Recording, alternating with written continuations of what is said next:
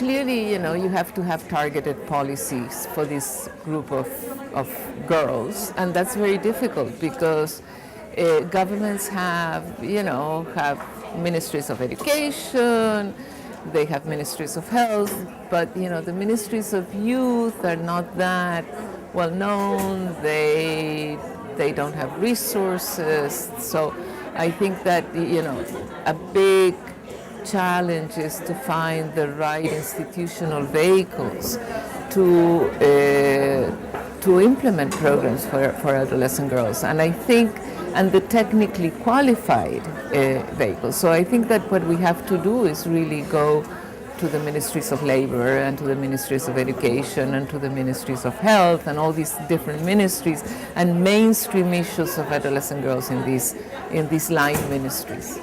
One of the conversations that we've been having here has been around the life cycle approach, and recognizing that girls aren't just students, girls aren't just working hopefully in non-harmful labor, girls aren't just accessing ICTs.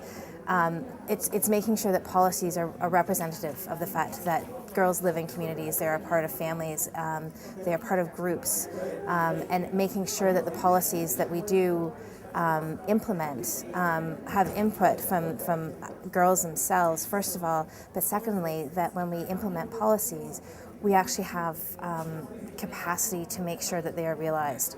A lot of times I find we focus on legislation and policy work, and now it's making sure that what's in there is realized.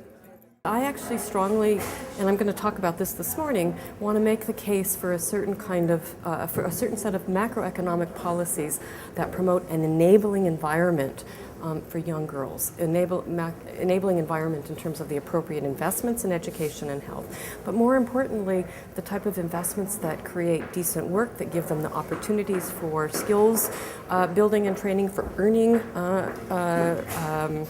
for higher earnings, and as I said, for asset accumulation. So there's a variety of types of macroeconomic policies that I would pay attention to. In this current crisis, I think we have to argue for fiscal stimulus that's channeled into public employment programs and job creation. We also need to think about far more extensive provision of social protection for young women, social protection, whether it's a conditional cash transfer or other type of program. So as an economist, of course, I focus on these kinds of questions, but I fully support the other kinds of issues that people have spoken about in terms of access to really good quality reproductive health services. And of course, key for this age group is getting girls to stay in school.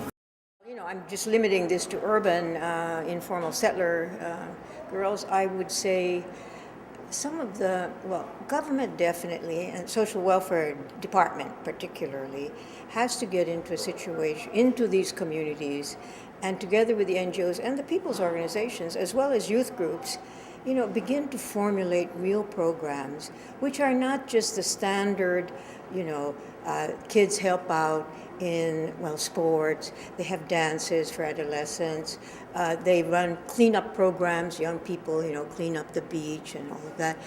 But the young people themselves say that's all we're good for, they never think we can do anything else, and they only consider us problems all the time, when actually we could do much more.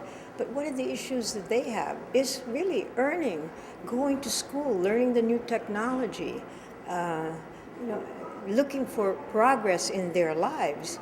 I suppose some, if the girls, if they see a trajectory of future, they're not likely to get married early or get pregnant early because they know that's the end of the possibility of a future. So I think we need definitely community-based programs with many multi-partners, which should be led by the young people themselves.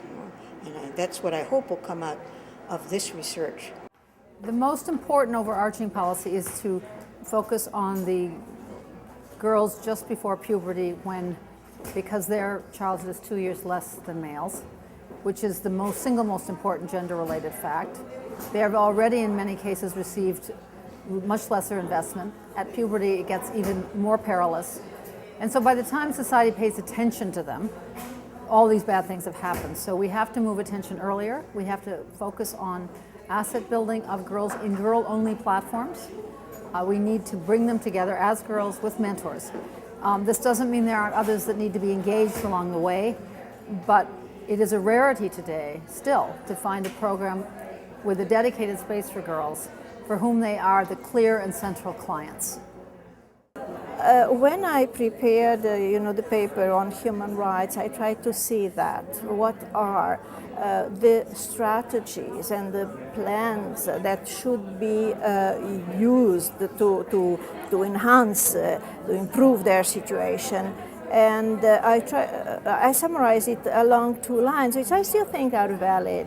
And I formulated them as listening to the adolescent girls, number one, and investing in the adolescent girls, number two. And this might look very simple and very obvious, but it's a lot of things are in that. When you say listening to the adolescent girls, is really knowing their situation very well, what problems they face, what vulnerabilities they are, subject to. It's also coming close to them, letting them express themselves, which is one of the rights of the Convention on the Rights of the Child. And the other thing, it's also, listening is also paying attention to these emerging problems, emerging situations. The second one, investing in girls, is also a lot of things inside it. I mean, it's promoting their development in whatever ways and means are possible, contributing to their empowerment. And this means also addressing the determinants, that sometimes are the reason for their vulnerabilities, situations of poverty, situations of discrimination, of traditional practices and customs that discriminate against them, that do not consider them as equal human beings to all others. So it's addressing all these environmental factors that contribute to their discrimination. So I think these two big lines would be some kind of guidelines for policies.